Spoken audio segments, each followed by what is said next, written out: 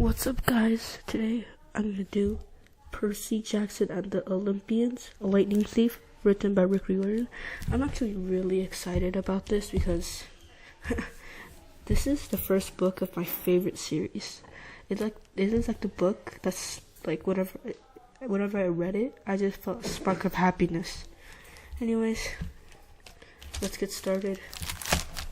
I'm just gonna read the first 5 pages. Click on the next video for the next ones. Chapter 1. I accidentally vaporized my pre-algebra teacher. Look, I didn't want to be a half-blood. If you're reading this because you think you might be one, my advice is, close this book right now. Believe whatever lie your mom or dad told you about your birth, and try to lead a normal life. Being a half-blood is dangerous. It's scary. Most of the time, it gets you killed in painful, nasty ways. If you're a normal kid reading this because you think it's fiction, great. Read on. I envy you for being able to believe that none of this ever happened. But if you recognize yourselves in these pages, if you feel something stirring inside, stop reading immediately. You might be one of us, and once you know that, it's only a matter of time before they sense it too, and they'll come for you. Don't say I didn't warn you.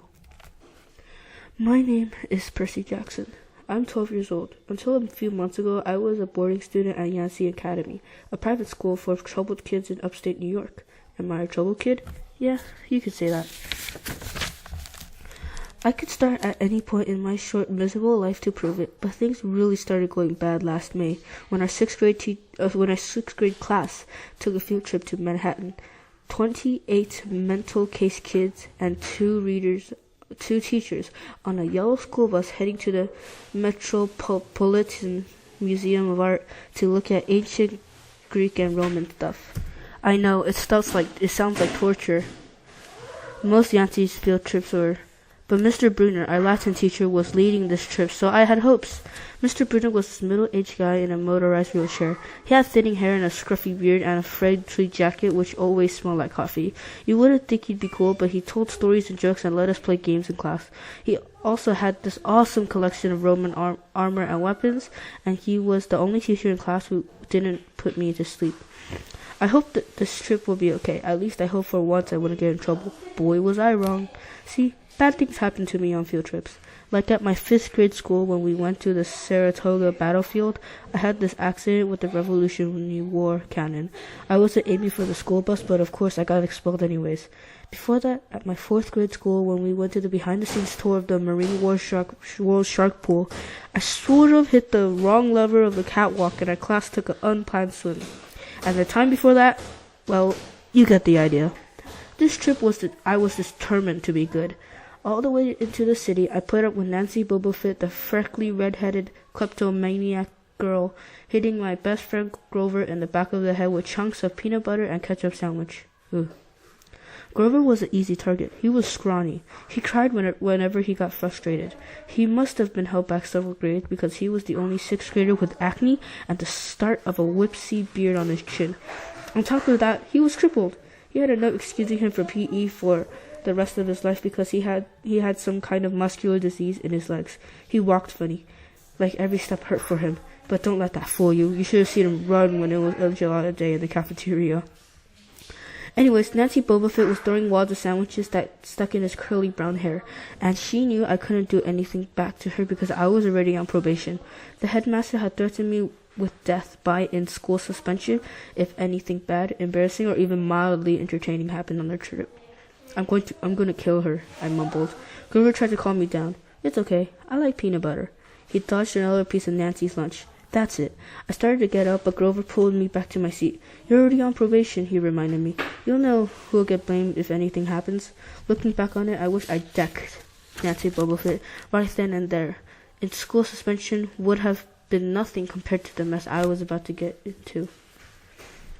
Mr. Brunner led the museum tour. He told us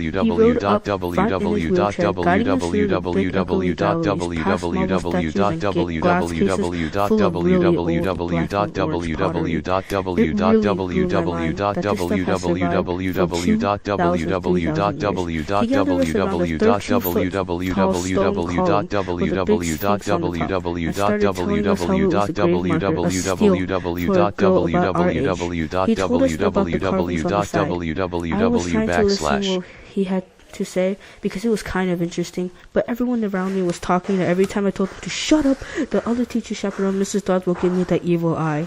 Mrs. Dodds was this little math teacher from Georgia who always wore a black leather jacket, even though she was 50 years old. She looked mean enough to ride a Harley right into your locker. She had come to Nancy halfway through the year when our last math teacher had a nervous breakdown.